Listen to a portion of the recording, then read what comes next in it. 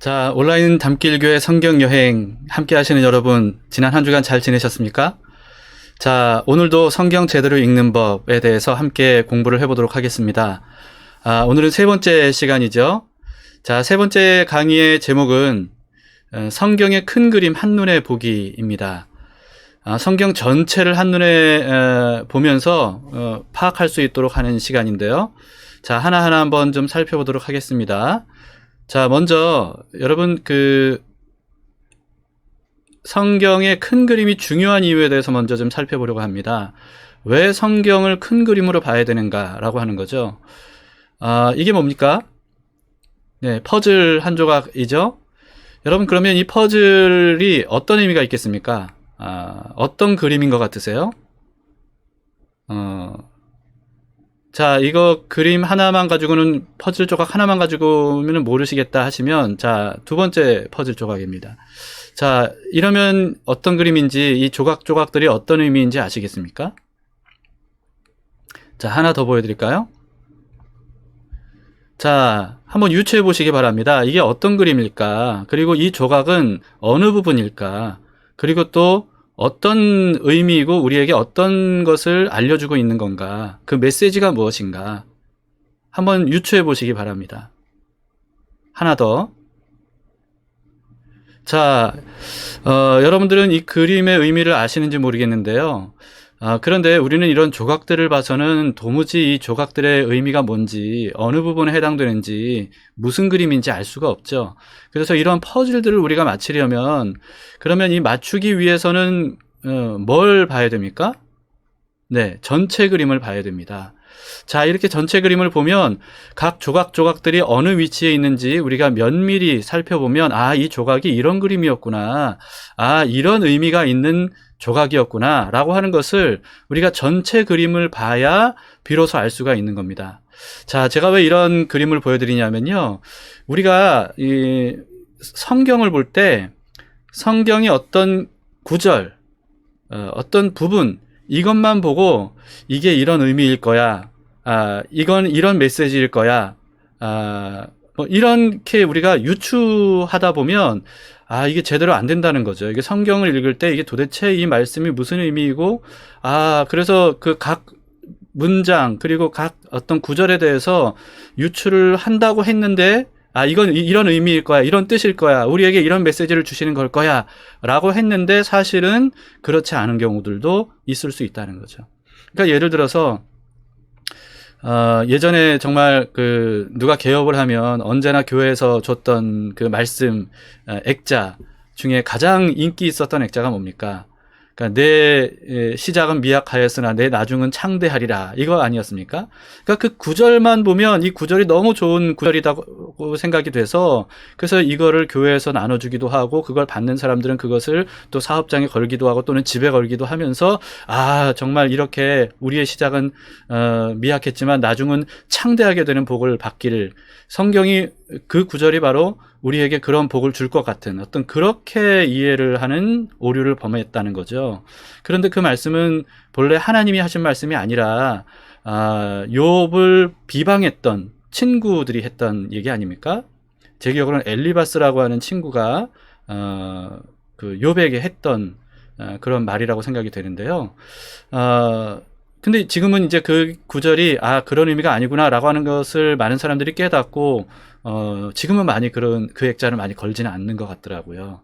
근데 이런 것처럼 우리가 성경 구절만 보고 이 구절은 이렇게 써 있으니까 이런 의미일 거야 라고 생각하고 유추해서 그 단어의, 그 문장의 의미를 우리가 생각할 때, 이게 전체 그림을 보지 못하고 조각만 가지고 해석하려고 하면 이게 큰 오류를 낳을 수 있다. 그 구절의 의미를 정확하게 파악하지 못하고 우리가 오해할 수 있다 라고 하는 거죠. 그래서 우리가 각 구절, 각 부분 성경을 우리가 제대로 이해를 하려면 전체 그림을 먼저 보고, 그리고 그 전체 그림에서 그 부분, 그 조각이 어떤 의미인가, 우리에게 무엇을 알려주시는 것인가 라고 하는 것을 생각을 해야, 그래야 우리가 제대로 성경 각 구절의 의미를 알 수 있다라고 하는 겁니다. 자, 퍼즐 조각을 다시 한번 보세요. 여러분, 이렇게 퍼즐 조각이 굉장히 많이 있죠. 우리는 때로 이렇게 성경 암송하고 뭐 구절구절들 기억하고 그래서 큐티를 할 때도 큐티에서 내 마음에 내 눈에 들어오는 어떤 한 구절 그것만 가지고 묵상하고 그러다 보니까 이게 때로는 성경 구절을 그냥 마치 퍼즐 조각을 그냥 무조건 하나하나 다 모으기만 한 것처럼 이렇게 돼버리는 경우가 있습니다. 그런데 그 각 구절들이 어떻게 연결이 되는지, 각 구절이 어떻게 의미가 있는 건지, 전체 그림은 뭔지 이거를 모른 채 그 구절들을 그냥 마치 이렇게 조각들을 모은 것처럼 그렇게 모으고만 있는 경우가 있다는 거죠. 이렇게 되면 전체적으로 하나님께서 그런 모든 말씀들을 통해서 우리에게 하시고자 하시는 말씀이 뭔지 이거를 우리가 파악하기가 쉽지 않다라고 하는 겁니다. 근데 이런 수많은 구절들을 모았을 때 이걸 제대로 잘 맞추려면 뭐가 필요하다고요? 네, 전체 그림을 보면 됩니다. 그렇게 되면 자, 저 조각들을 보세요. 조각들이 색깔별로 이렇게 다 이렇게 좀 모아놨지 않습니까? 근데 색깔별로 모아놔도 이게 도대체 무슨 그림인지 무슨 의미인지 모르지만 전체 그림을 보면 이게 지금 예를 들면 빨간색 같은 경우에는 이게 이런 의미구나, 이런 부분이었구나 라고 하는 것을 알면서 그 부분을 이제 조각조각을 맞춰서 전체 그림을 완성할 수가 있는 것이고, 그리고 각 구절의 의미도 각 그 조각들의 의미도 우리가 파악할 수 있는 거죠. 자, 근데 이제 여러분 이런 퍼즐들을 맞춰보신 적 있습니까? 퍼즐들을 잘 맞추려면 어디서부터 맞춰야 이게 잘 맞출 수 있습니까? 네, 이제 전체 그림을 보면서 먼저 이렇게 귀퉁이부터 맞춰 나가야 되는 거죠. 그래서 귀퉁이부터 이렇게 맞춰 가면서 안쪽으로 점점 색깔별로 또 그림을 잘 보면서 한 조각 조각이 어디에 해당되는지 그걸 파악하면서 맞추면 우리가 시간이 걸리더라도 어쨌든 이 전체 그 퍼즐 조각들을 완성을 하면서 엄청난 성취감과 그리고 또 이 퍼즐이 주는 즐거움, 기쁨 이런 것들을 맛볼 수가 있습니다. 자, 오늘 그런 작업을 좀 해보려고 해요. 성경에 대해서. 자, 그러면 이제 성경의 큰 그림을 우리가 한눈에 보는 그런 작업을 좀 해보도록 하겠습니다. 자, 먼저 화살표가 있죠? 연대별로 좀 보려고 하는데요. 연대라고 해서 어렵게 느끼지 마시고 제가 차근차근 알려드리겠습니다. 가장 쉽게 성경 전체를 한눈에 보기 위해서는 아브라함을 먼저 보셔야 돼요. 기원전 2000년 사람입니다. 지금으로부터 4000년 전에 아브라함이죠. 자, 그 다음에 그리스도입니다. 자, BC와 AD를 나누신 그 중심인물, 예수 그리스도이시죠. 그리고 언제인지 모르지만 예수님이 재림하실 그때입니다. 간단하죠? 자, 연대를 이렇게 나눴습니다. 성경 전체를 우리가 한눈에 보는 아주 간단한 그림입니다. 자, 여러분 이것을 꼭 기억하세요. 그래서 성경은 아브라함으로부터 그리스도까지, 그리고 그리스도로부터 다시 오실 그리스도까지의 이야기입니다. 그러니까 그 중심은 누구냐 하면 그리스도 예수입니다. 그러니까 성경 전체는 다 예수님에 대한 이야기예요. 창세기부터 요한계시록까지 전체 모든 이야기가 다 그리스도 예수님을 중심으로 한 이야기라는 거죠. 근데 아브라함은 왜 이렇게 나왔느냐? 왜냐하면 하나님께서 최초로 아브라함의 씨를 통해 구원자를 보내주시고 그 구원자를 통해 모든 민족이 복을 얻게 할 것이다. 이렇게 약속을 하셨거든요. 그래서 그 아브라함의 씨를 통해 이스라엘을 민족을 세우시고 그 민족을 통해 예수 그리스도를 보내주심으로써 그 구원의 길을 열어놓으셨다. 라고 하는 것을 우리는 알 수가 있습니다. 그래서요, 여러분 성경 전체 신약뿐만 아니라 구약 성경을 보실 때에도 예수님에 대한 이야기라는 것을 알고 보셔야 됩니다. 그래서 구약 성경을 보실 때에도 그리스도 예수님과 어떤 관계가 있는 말씀인가 라고 하는 것을 생각하면서 각 성경과 각 구절들을 우리가 좀 보면서 해석을 할 수 있어야 되는 거죠. 자, 그래서요, 이 부분들을 한번 성경을 통해서 좀 보겠는데, 요한복음 5장 39절에서는 예수님이 이렇게 말씀하셨습니다. 너희가 성경에서 영생을 얻는 줄 생각하고 성경을 연구하거니와 이 성경이 곧 내게 대하여 증언하는 것이니라. 자, 예수님께서 뭐라고 말씀하셨습니까? 성경은 영생을 얻도록 하는 책인데, 그런데 그 성경이 예수님에 대해서 증언한 책이다 라고 하는 겁니다. 예수님께서 이 말씀을 하셨을 때는, 그러니까 신약 성경은 없었을 때죠. 예수님이 이 말씀 하셨을 때, 신약 성경은 없었을 때입니다. 그러니까 구약 성경이에요. 근데 예수님께서 구약 성경에 대해서 이렇게 말씀하신 겁니다. 모든 구약 성경이 곧 나에 대해서 증언한 말씀이고 그것이 바로 영생을 얻는 방법이다 라고 하는 거죠. 자, 그래서 구약 성경을 보실 때 예수님에 대한 글로 보셔야 됩니다. 그리고 누가복음 24장 27절은 언제 하신 말씀이냐면요. 예수님께서 부활하신 이후에 엠마오로 가던 두 제자들, 그 제자들을 만나서 여러 이야기를 나누시는 중에 그들이 이제 그 예수님의 십자가 죽으심에 대해서 막 비통해하고, 그리고 또 그마저도 예수님의 시체마저도 없어졌다는 소식을 듣고 거기에 대해서 굉장히 혼란스러워했던 그들에게 예수님께서 하신 말씀이에요. 이에 모세와 모든 선지자의 글로 시작하여 모든 성경에 쓴 바 자기에 관한 것을 자세히 설명하셨다, 이렇게 돼 있죠. 자, 그러니까 모세와 모든 선지자들 글, 다시 말해서 모세오경과 그리고 선지서 뿐만 아니라 시가서, 이 모든 글들이 바로 예수님에 관한 글이라는 것을 이 엠마오로 가던 두 제자에게 자세히 설명해 주셨다 라고 하는 겁니다. 그러니까 그 정도로 구약 성경도 예수 그리스도가 중심이다 라고 하는 거죠. 그 메시지가. 그래서 여러분, 우리가 그것을 알고 구약 성경을 읽도록 합시다. 그리고 또 하나, 자, 디모데후서 3장 15절에서는요, 성경은 능히 너로 하여금 그리스도 예수 안에 있는 믿음으로 말미암아 구원에 이르는 지혜가 있게 하느니라, 이렇게 말씀하고 있습니다. 그러니까 성경은 구원에 이르는 지혜가 있게 하는데, 그런데 구원을 어떻게 얻을 수 있느냐? 예수 그리스도 안에 있는 믿음으로 구원을 얻을 수 있다, 이렇게 말씀합니다. 그러니까 성경이 바로 예수 그리스도에 대한 말씀이고, 그리고 그 예수 그리스도에 대한 말씀을 믿으면, 그러면 우리가 구원을 얻는 지혜를 가질 수 있다. 구원을 얻을 수 있다. 이런 말씀입니다. 자, 그래서요, 성경 전체는 신구약 성경 할 것 없이 모든 성경이 다 예수님에 대한 이야기이고, 그리고 바로 예수님이 구원자이신데 그 예수님을 믿으면 구원을 얻을 수 있다. 그래서 성경 전체는 구원을 얻을 수 있는 방법을 예수 그리스도를 통해 알려주는 책이다. 이렇게 여러분들이 보시면 되겠습니다. 그래서 창세기부터 요한계시록 전체가 다 예수님이 중심이라는 것을 우리가 기억하면서 성경을 읽고, 각 권도 읽고, 각 구절들도 거기에 어떤 의미가 있는지, 이 예수 그리스도와 어떤 관계가 있는 말씀인지 라고 하는 것들을 우리가 생각하면서 읽을 때 비로소 그 각 권과 각 구절들의 의미를 보다 더 정확하게, 올바르게 우리가 해석하고 파악할 수 있다 라고 하는 겁니다. 자, 전체적인 아주 큰 그림을 여러분들에게 아주 간략하게 보여드렸고요. 이제는 조금 더 세밀하게 우리가 한번 좀 들여다보도록 하겠습니다. 자, 먼저 창조 타락입니다. 아브라함 이전까지의 이야기예요. 그래서 하나님께서 만물을 창조하시고 인류를 창조하셨는데, 그런데 그 인류가 타락했죠.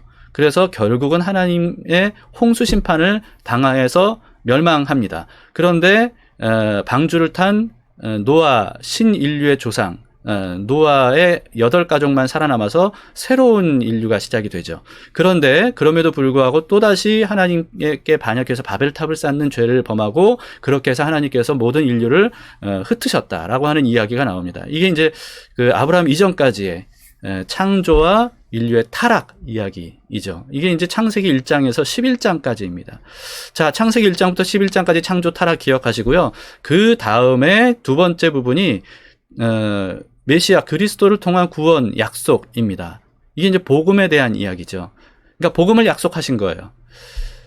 자, 이게 창세기 12장부터 말라기, 구약 성경 전체이죠. 그래서 여러분, 그 성경 전체를, 구약 성경 전체를 두 단락으로 나눈다면 이렇게 창세기 1장에서 11장, 그리고 아브라함으로부터 약속해서 이스라엘을 통해 구원하시겠다고 하신 그 메시아를 통한 약속, 이 복음의 약속, 이것이 이제 구약 성경 이 두 가지로 나눌 수 있다라고 하는 겁니다. 간략하게 이렇게 나눌 수 있는 게 쉽죠? 네, 어렵지 않죠? 자, 그 다음에 약속 성취. 그리스도를 보내시겠다는 이 약속을 하나님께서 성취하신 이야기가 복음서에 나오는 이야기이고, 그게 바로 예수 그리스도께서 바로 이 하나님의 약속을 이루신 장본인이시다 라고 하는 겁니다. 자, 그 다음에 이제 복음 전파, 바로 이 약속을 성취된 것을 깨닫고 성령을 받은 사도들을 중심으로 해서 이방 땅에 이제 복음이 증거되는 이야기입니다. 여기에 대한 성경은 사도행전과 서신서들이죠. 그리고 복음 전파 이후에 이제 구원이 완성되는 예수 그리스도의 재림을 통하여서 새 하늘과 새 땅이 이 땅에 도래하고, 그리고 이 땅의 모든 악한 것들은 다 이제 새로워지는 그런 이야기가 바로 요한계시록의 말씀입니다. 자, 여러분 어렵지 않으시죠? 이게 이제 성경 전체의 이야기입니다. 그래서요, 창조 타락, 물론 창조 타락 1장부터 11장까지도 이 원시 복음의 내용들이 군데군데 있어요. 그런데 본격적으로 하나님께서 구원자를 보내주시겠다고 하신 약속은 아브라함의 씨를 통해서 보내주시겠다고 하신 것으로부터 시작해서 이스라엘을 통해 그 모든 약속들을 이루신 거죠. 그래서 예수 그리스도께서 이스라엘에서 탄생하셔서 전 인류의 구원자로 십자가에서 죽으시고 부활하셨다. 그리고 하늘로 오르셔서 성령님을 우리에게 보내주셨다라고 하는 이야기입니다. 자, 그렇다면 이 부분들을요, 이제 전체를 또 다시 우리가 좀 시대별로 좀 나눠보려고 합니다. 자, 먼저 그러기 위해서 두 사람을 더 배치해야 되는데요. 모세, 기원전 1500년, 그리고 한 명 더, 다윗, 기원전 1000년입니다. 자, 연도가 여러분 어렵지 않으시죠? 그러니까 예수 그리스도를 중심으로 2000년 전에 아브라함이고 1500년 전에 모세고요. 1000년 전에 다윗이에요. 그러니까 500년 사이를 두고 이렇게 중심 인물들이 이스라엘 역사 기록 연대에 이렇게 배치가 됩니다. 자, 시대별로 나눠봅시다. 창조 시대입니다. 하나님께서 모든 만물을 창조하신 때이죠. 그 다음에 아브라함 때는 족장 시대입니다. 아브라함, 이삭, 야곱, 요셉까지의 족장들의 이야기. 그래서 이 족장은 가족장을 의미하는 거예요. 그러니까 나라가 형성되기 전에 이제 그 가족장이 하나님의 약속한 그 이스라엘을 이끌어가는 그런 때입니다. 그리고 노예 시대죠. 이집트의 이스라엘이 노예로 비참하게 살아가고 있었던 그 시기입니다. 그리고 하나님께서 모세를 보내주셔서 이제 이집트를 탕출하고 광야에서 살게 하셨던 광야 시대입니다. 그리고 광야를 지나서 드디어 이제 여호수아를 통해서 가나안 땅에 들어갔고, 그리고 가나안 땅에 들어가면서 시작된 사사 시대입니다. 그런데 가나안 땅에 들어갔지만 이 사사 시대는 굉장히 혼란스러운 시대였죠. 이 사사 시대에서 사사는요, 그 말하자면 재판관을 의미합니다. 그러니까 이제 왕들이 이스라엘을 다스리기 전에 하나님께서 그때마다 성령에 감동된 사사들, 판관들을 통해서 이스라엘을 구원하시고 이스라엘 민족을 이렇게 세워가시는 그런 이야기입니다. 그리고 그 다음 시대는 통일왕국 시대입니다. 그러니까 그 마지막 사사였던 사무엘 이후에 이제 사울 왕이 초대 왕으로 세워지고, 그 다음 다윗 왕, 그 다음 솔로몬 왕까지의 이야기가 바로 통일왕국. 그래서 이스라엘이 남북으로 갈라지기 전에 하나였던 이스라엘 왕국이죠. 왕이 다스리던 시대입니다. 그리고 통일왕국 이후에는 분열왕국입니다. 북이스라엘과 남유다로 갈라지죠. 우리나라처럼. 그래서 북이스라엘과 남유다가 서로 거의 대부분 이제 치열하게 싸우고 전쟁을 했던 그런 이야기들이고, 그리고 분열 왕국 중에서 북이스라엘이 먼저 멸망을 하고 남유다가 나중에 멸망을 합니다. 그래서 포로 시대로 이어지죠. 자, 그래서 북이스라엘은 아시리아에 의해서 멸망당해서 포로로 끌려갔고요. 그리고 남유다는 바벨론에 의해서 멸망당하고 포로로 끌려갔습니다. 그래서 바벨론 포로 시기가 바로 이 시기고요. 그 다음에 하나님의 놀라운 은혜로 약속대로 이스라엘 백성들이 포로로 끌려갔다가 다시 귀환한 그런 시대입니다. 그래서 이때 예루살렘으로 귀환해서 성전을 재건하고 성벽을 재건하는 굉장히 어려운 상황 속에서도 하나님의 도우심으로 이와 같은 놀라운 어떤 그 회복을 이루었던 시대가 바로 포로 귀환 시대입니다. 그 다음에는 성경에는 중간기입니다. 다시 말해서 이제 마지막 성경이 말라기 이후에 약 400년간은 예수님께서 오시기 전까지는 그 기록이 없어요, 성경에. 그러니까 구약 성경 마지막과 신약 성경 첫 성경 사이, 예수님이 오시기 전 사이에 400년 정도는 이게 아무런 성경의 기록이 없는 시대, 그때가 바로 중간기, 중간 시대입니다. 자, 그 다음에 이제 예수님의 시대이죠. 그래서 예수님께서 탄생하시고 사역하시고 죽으시고 부활하신, 승천하신 것까지의 시대입니다. 예수님 시대. 그 다음에 교회 시대이죠. 예수님께서 보내주신 그 성령님을 통하여서 이제 교회가 탄생하고, 그리고 그 교회를 통해서 복음이 증거되면서 전 세계에 이제 추수가 일어나는, 다시 말해서 하나님의 백성들이 구원을 얻게 되는 이런 시대로 이어지게 됩니다. 그리고 모든 추수가 완료가 되면 결국은 영원한 세계, 하나님의 나라에서 예수님과 함께 영원히 살게 되는 그런 시대로 이어지게 될 겁니다. 이게 이제 요한계시록에 나오는 이야기죠. 자, 여기까지 이제 그 성경의 이야기들을, 전체 내용을 시대별로 이렇게 분류를 해봤습니다. 자, 어렵지 않으시죠? 네, 그래서 이 모든 것들을 한눈에 보시면 되겠고요. 자, 이제부터는 우리가 지난주에 함께 해봤던 각 신구약 성경, 구약 성경부터 이 시대에 맞게 배치를 해보는 겁니다. 자, 뭐 지난주에 해봤으니까 여러분 기억하시죠? 구약 성경 기억나시나요? 어떻게 배치가 되죠? 먼저 역사서부터 창출, 민수, 삿삼, 왕, 대라느. 자, 그걸 뼈대로 해서 각 성경이 배치가 되는 거 아닙니까? 그걸 해보자는 거예요. 자, 한번 해봅시다.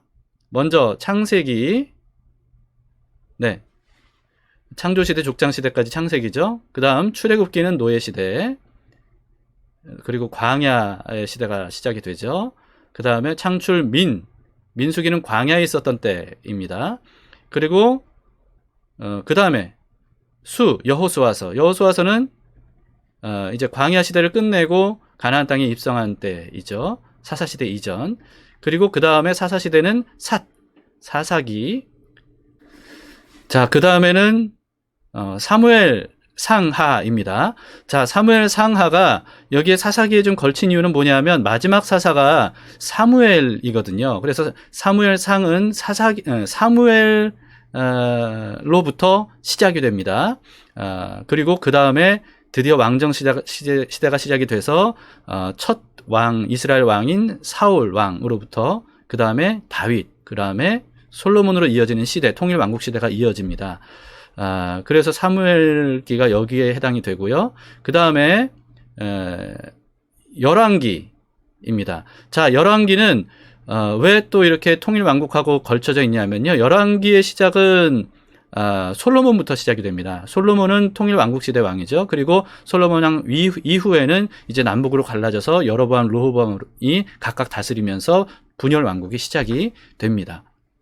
자, 그 다음에 열왕기까지 했어요. 그 다음에 뭐죠? 예, 역대기. 대는 열왕기와 같은 시기, 그러나 창세기부터 시작되는 시기이기 때문에 그래서 이 밑으로 내려갑니다. 그래서 역대기 앞부분에는 이제 창세기부터 쭉 빠르게 훑어가고, 그러면서 주로 이제 열왕기 시대 이야기들을 다루고 있는 이야기가 바로 역대기입니다. 그 다음에 에스라는 포로기가 끝나고 이제 귀환했을 때입니다. 이스라엘 백성들이 예루살렘으로 귀환해서 성전을 재건하던 시기입니다.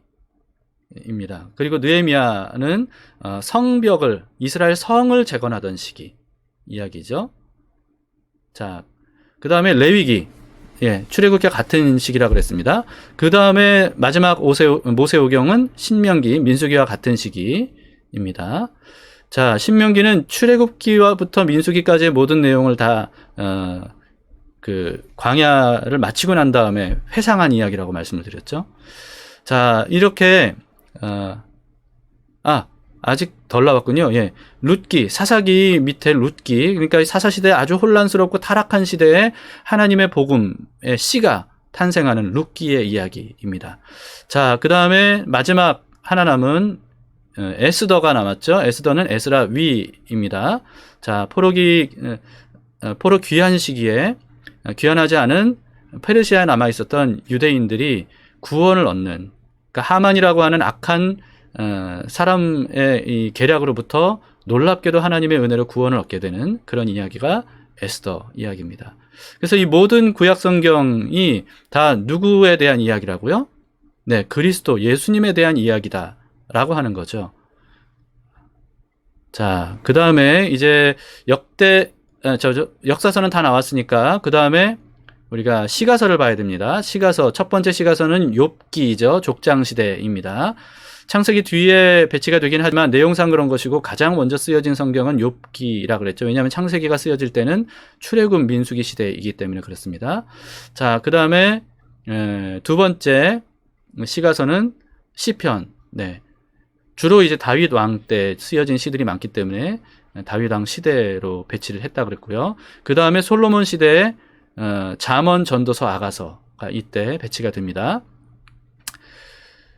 자, 시가서가 다 나왔고요. 그 다음에 예언서 차례입니다. 자, 예언서 12권, 어디에 배치가 됩니까? 분열 왕국 시대입니다. 그러니까, 이스라엘이 남북으로 갈라지고, 그들이 갈라지면서부터 엄청나게 다윗과는 다른, 악한 왕들을 통하여서 이스라엘과 남유다가 죄를 저지르며 하나님을 떠나는 그런 삶을 살다 보니까 하나님께서 많은 선지자들을 그때 보내주셨어요. 그들을 돌이키게 하시려고.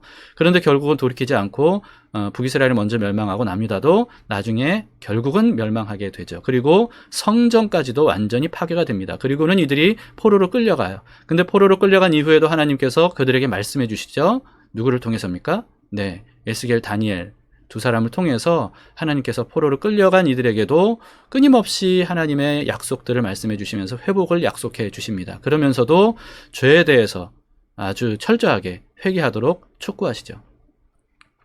자, 그 다음에 포로 귀한 이후에 성전을 지을 때 그때 하나님께서 학개 스가랴를 통해서 성전에 대한 하나님의 말씀을 이스라엘 백성들에게 귀한한 백성들에게 말씀해 주시는 게 바로 학개 스가랴서입니다. 그리고 마지막 예언서는 말라기 성경이죠. 그래서 말라기서 이후의 중간기가 이제 이어지게 됩니다. 자, 이렇게 구약 성경이 배치가 됐어요. 자, 다 기억나시죠?